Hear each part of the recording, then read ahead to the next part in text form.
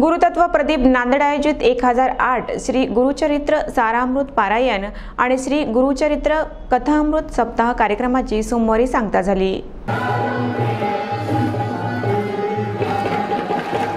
हजारो भाविकांनी फुलांची होळी खेळून कार्यक्रमाची सांगता केली। गुरुतत्व प्रदीप 1008 व ब्राह्मण महासंघाच्या संयुक्त विद्यमाने नांदेडमध्ये 30 जून पासून भक्ती लॉन्स येथे पारायण सप्ताहाचे आयोजन करण्यात आले होते। समारोप प्रसंगी आमदार बालाजी कल्याणकर, माजी आमदार अमर राजूरकर यांच्यासह इतर मान्यवरांची उपस्थिती होती।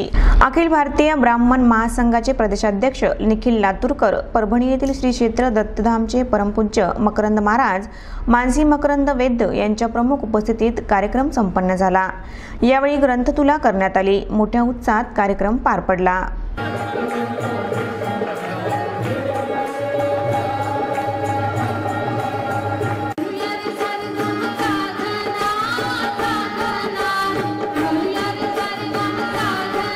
अतिशय उत्साहामध्ये आणि खूपच जास्त उत्साह होता महिलांमध्ये, पुरुषांमध्ये।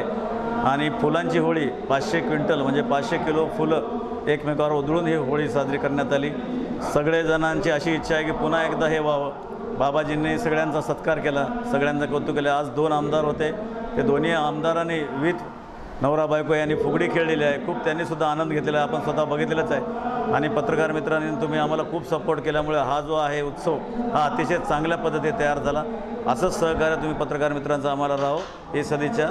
काय संकल्प काय केला? हा संकल्प असा आहे की धार्मिकता वाढली पाहिजे, हिंदुत्व वाढलं पाहिजे आणि एकमेकाबद्दलचं प्रेम वाढलं पाहिजे, हा संकेत आम्ही इथे दिलेला आहे। आणि गुरुचरित्र हे अतिशय म्हणजे महत्त्वाचं ग्रंथ मानला जातो आणि गुरुचरित्राचं पारायण करणं म्हणजे फार महत्त्वाचं आणि पुण्याचं काम मानलं जातं। ते आज नांदेड नगरीमध्ये झाले। जवळपास 2800 वाचक होते, 3,500 ते 4,000 लोक रोजचे प्रसाद घ्यायला येत होते।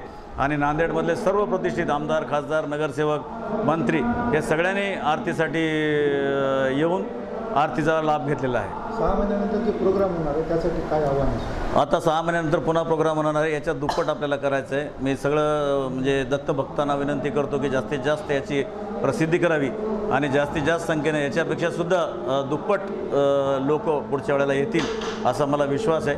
तरी तुमच्या मीडियाच्या वतीने सुद्धा हे जास्तीत जास्त पाठवा आणि दत्तभक्तांना विनंती करतो की त्यांनी सुद्धा आम्हाला साथ द्यावी। धन्यवाद। अक्षरशः मी तुम्हाला सांगतो की ही गुरुगीता 176 ओव्या पूर्ण संस्कृत